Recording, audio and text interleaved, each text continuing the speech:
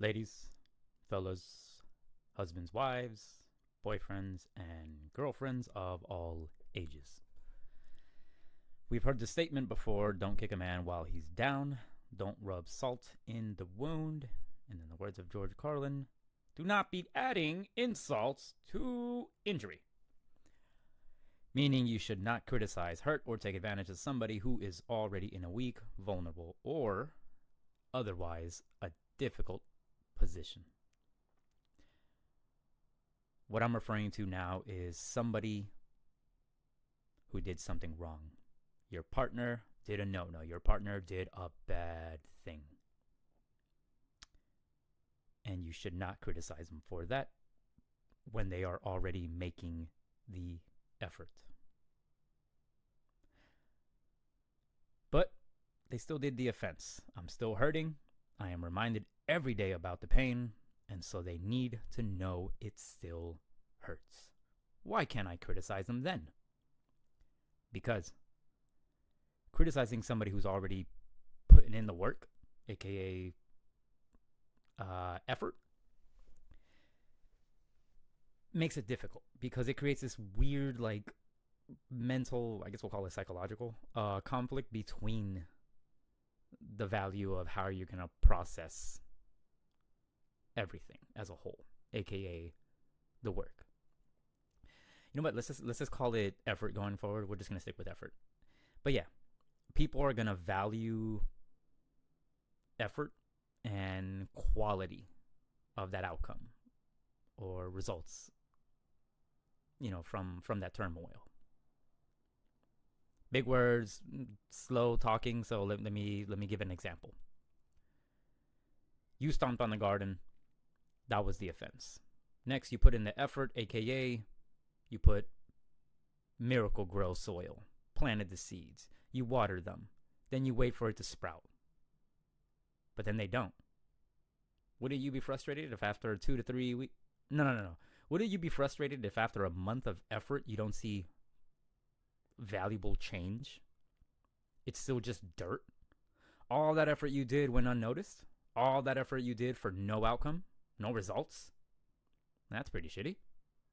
So if your partner's putting in effort and you're attacking them via criticizing them or being snarky or giving those little dumbass sidebar comments, you're automatically in the wrong as well. Why? Because you're inadvertently devaluing the cost or just devaluing their effort, which, again, we're sticking with effort. You're devaluing the effort that the person spent their time and energy trying to fix. They know they did a bad thing, but now that you're criticizing them while they're putting in the effort, now it feels like an attack on their effort. Or, hell, they'll probably take it as a personal insult. I myself would be furious.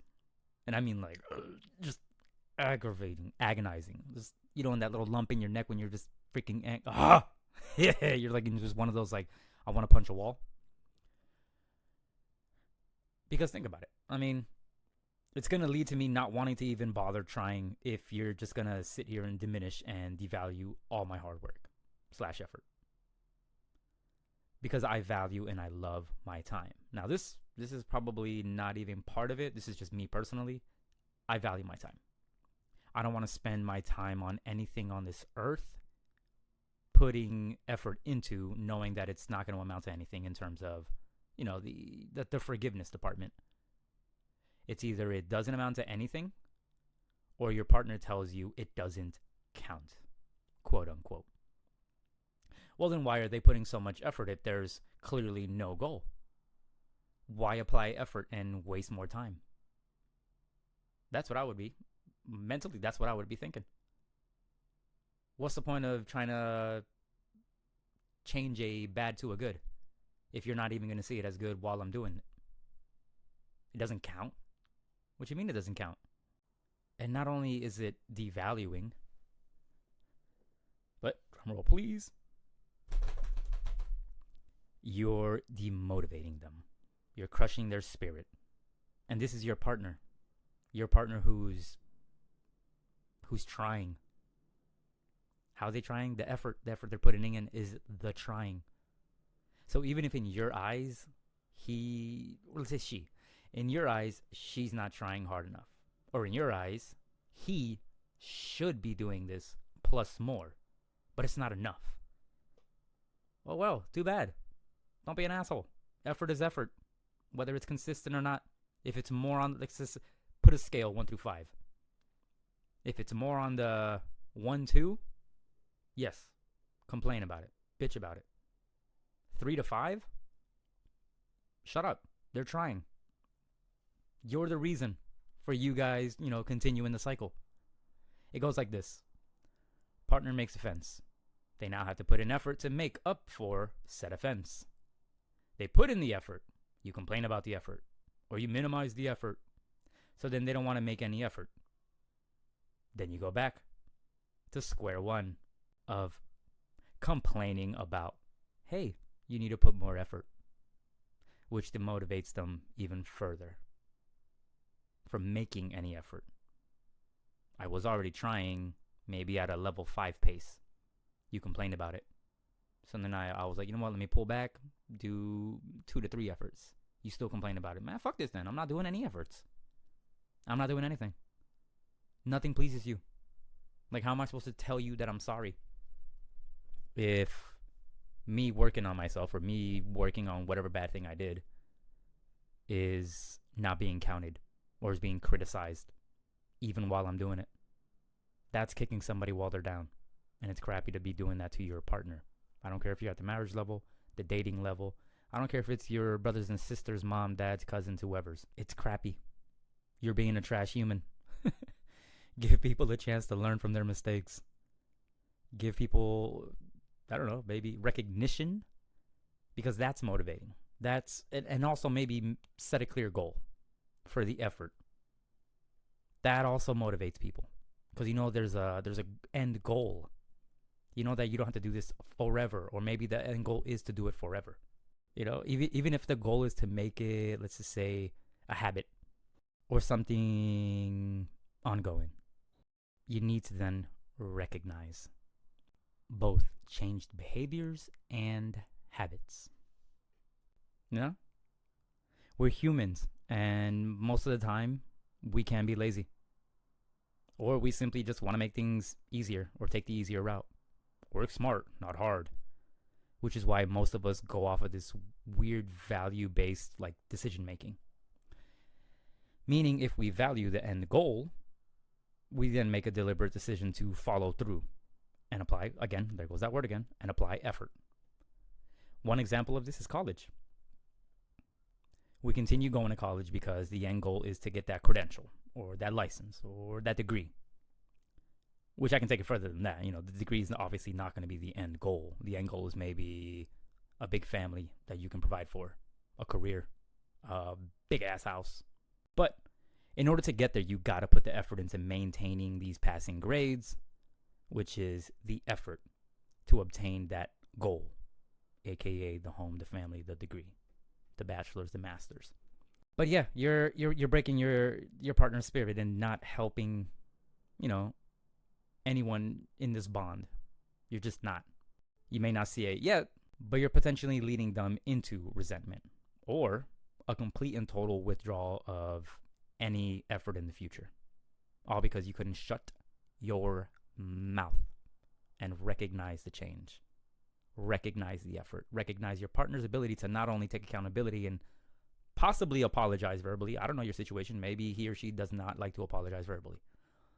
But even if you don't get that verbal, guess what? Actions speak louder than words. Her or his efforts is the actions. The effort to change and do better is the apology and the recognition of their own wrongdoing. So now you have to recognize them, notice them. No one's asking you to, woohoo, glorify, praise them, because let's face it, from your point of view, this person should have been doing this effort the whole damn time, because in your point of view, it's the standard to you. No one's asking you to do that. We don't need to glorify being a decent ass fucking person. We're not doing that. You probably don't want to give them a cookie or a good job pat on the back. but you probably should. Empathy. Once again, I'm asking you to pretend you're them. Try to understand the wrongdoer's perspective, your partner's perspective. You did a bad thing. You're trying to show change through effort and actions. You're trying to show them, I am sorry. But now all you hear is your partner going, you're being inconsistent. You're not doing enough. You should have been doing this. You really think this makes up for what you did to me? You see? You are making things difficult. More difficult than the wrongdoer that did this to you. And it affects both of you, not just your partner.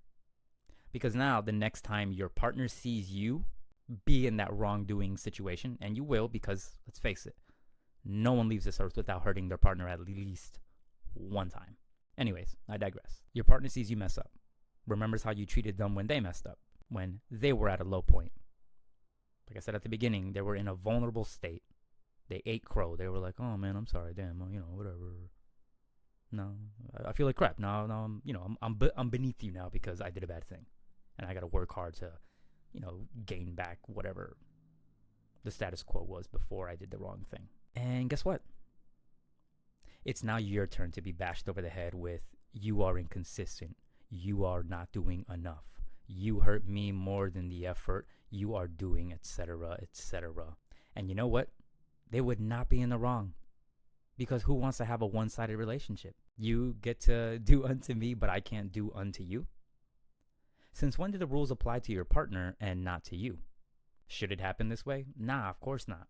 But I'm just simply telling you, if your partner treats you the same way you treated them while they were trying to pick themselves up off the ground and work towards a better us, then you too would probably feel pretty shitty on the inside, thinking, well, damn, man, I'm trying. Like, why are you hitting me over the head? I'm trying. You'd be salty. But if you have empathy, then I hope this helps you be easier on your partner, because she's desperately trying with her effort to change for you. And you're just beating her down while she's already down. And then for that guy, he too is applying effort. So don't be an asshole partner. You're gonna lose them. They're not gonna wanna apologize next time. They're not gonna wanna admit they're wrong, because they know what happens when they're wrong. You treat them even more like shit. Closing statements. You don't have to forget what happened. You don't have to excuse the behavior or pretend it didn't hurt as much as the level 100 hurt feeling that you're feeling right now. Hell, you don't even have to forgive right away. You don't have to forget. You don't have to trust right away. You don't have to reconcile. You should, however, no. You do, however, have to live in the present, in the now, while they're doing the effort. See the effort that they're making now. Release the past offense. Again, not forgiveness, but release the past offense so that way you can be present while your partner is working on that change. It's the elephant in the room you are not addressing. Don't be having this person do 1 efforts, 10 efforts, 20 efforts, and you just not say anything about it. Thank them. Most people would say change behavior is the best form of any apology. So let's work together. You, me, us. We need to make a deliberate decision. Or we'll get nerdy. Make a conscious declaration to let go as soon as the effort is being made. Don't just right off the bat just start letting go. No, the whole point of this video is they're making the effort. And while they're doing that, free both of yourselves and your partner, aka your offender, because yeah, you're my partner, but you still offended me. Free yourselves. I want to reiterate, We're not excusing, we're not forgetting, but rather choosing compassion and empathy and moving forward without the burden of any negativity. That's what's going to build a relationship.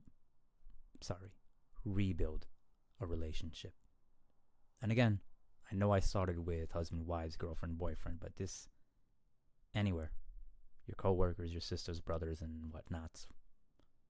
Apply it anywhere. If someone's making an actual effort to change or to show you that, hey, look, I'm sorry that I was...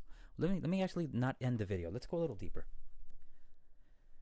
If I'm the boyfriend, the husband, because we're known for this. If I'm hanging out with the boys, we get into an argument, and then it's finally revealed that I'm not spending enough time with you. I don't show you that I care enough about you. Maybe you're, I don't like the love language crap, but let's just pretend your love language, or we had a conversation where you had already told me quality time is your thing, and I'm over here hanging out with the boys or going to a bar and just like drinking my sorrows away because my hard-ass boss and work is stressful and paying these bills is stressful. We can either sit there and I can apologize to you, but if I'm still going out with the boys, but if I'm still, going out and not spending time with you, I'm the asshole, period. But if I start coming home more, hanging out with you more, maybe spend more weekend time with you instead of the boys, even if I go out with the boys, we'll put a number on it. 7 days out the week, I say I chill with them 3 days. And I chill with you 1 day at the beginning. That's what caused the argument. Now I'm chilling with them 2 days, and then I'm chilling with you 3 days. Or maybe I have 2 and 2. Well, that's how I already took my 3 days out the week and brought it down to 2 with the boys. That's effort. Plain and simple. That's making a conscious decision to hang out with partner, spouse, girlfriend, whoever.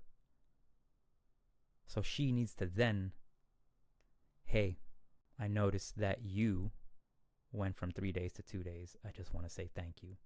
I do appreciate that. She should put away her dumbass biases and not be crying about, yeah, but you should want to hang out with me all the time. Why aren't you? Well, you should have been hanging out with me, since the jump. Actually, no, because I still have a life outside of you, and you then have to recognize that and calm your shit. He's improving, and that's what matters, is the fact that it's improving. Now, does he have to just completely not hang out with the boys? Heck no, because we're about to go to another example. Here's why. Women like family. Women might have some friends too, but they're not as homies, so to speak, like guys are. So we'll use family. Same situation, only we're going to reverse it. Man's love language, or man has a talk and he's like, yo, bro, you're always at your family's house. We're never chilling together. Like, what's going on? Her apology or her improvement should be recognizing that, all right, this bothers him, so I'm going to start, hanging with my family a little less. Again, we're not completely telling her to stop hanging out with your family. Like, that's, hell no, that's never going to happen. Leave that mat immediately. You should never have to feel like you can't hang out with the boys or you can't hang out with your family. Whether it's important or not, it doesn't matter. It's for the simple fact of you don't completely put a dead stop on anybody. Let's continue with the example, though. She stops hanging out. Well, again, we're going to put a number on it. 7 days out the week, maybe she goes to her mom and dad's house Monday through Friday. That's 5 days. If she starts to peel it back from 5, let's just say she goes now Monday, Tuesday, Wednesday, Thursday. And then she hangs out with you Friday, Saturday, and then maybe Sunday you hang out with the boys or whatever. She made a conscious decision to go from 5 days of her family to, with only having you on a Saturday. On a Friday, Saturday, to now you're hanging out Wednesday, Thursday, Friday, Saturday, or Thursday, Friday, Saturday. Show her the recognition. Thank her for, hey, look, you didn't completely just abandon me. And I do see that you went from your Monday, Tuesday, Wednesday, 4 days down to Monday, Tuesday, Wednesday, 3 days. We don't need to glorify her, applaud her, complain about her. You should have been doing this all along. No. Thank her. Recognize that little achievement within the relationship. Because again, it's not just your point of view, it's her point of view too. hey, like, you know, I started hanging out Monday, Tuesday, Wednesday now with my family, and like I'm hanging out with him on, like, does he not notice the Thursdays that we're hanging out now? Like, he hasn't said anything. So yes, please do say something to your partner. You know, like good old communication. But but for real, like, give these people, your partners, loved ones, family, friends, give them the opportunity to make that change. And while they're making that change, you create the opportunity whenever you see it to recognize them, and not just recognize them, you know, in your personal journal. Face to face, recognize them while you guys are, you know, watching Prime Video, and then the ad comes on. Turn to them and be like, by the way, I know that today would be a day that you normally hang out with the bros, and the fact that you're with me, I appreciate that. Not only that, maybe you said we watch a movie on the couch, and but you don't come cuddle up with me, and you know how I like cuddling. Well, if he's sitting on the couch and he's cuddling, that's his effort. Don't complain about the effort. You know, you should have done the effort within the first, 5 years of our relationship, or the first 10 years. It's just now year 11, 12, and you just now started cuddling. What is wrong with... He's trying. He's making the effort. Maybe you guys didn't talk about it the first 5, 6 years, or 7 years, or 8, 9 years. And that's why by the 10th, 11th year, he's finally catching on. But you can't be bashing her, or you can't be bashing him as they're trying to make an improvement or make change. That's just shitty. Let's end the video there. Pretty sure you get the point. No more examples. Just recognize them. A little bit of recognition goes a long, long, long, long way. I said that earlier in the video. I just want to say it twice because just like with some songs where that bridge, you repeat that bridge. It's verse, bridge, chorus. Verse, repeat the same bridge from the last time. Chorus. This is my bridge to you and your partner. Don't burn it.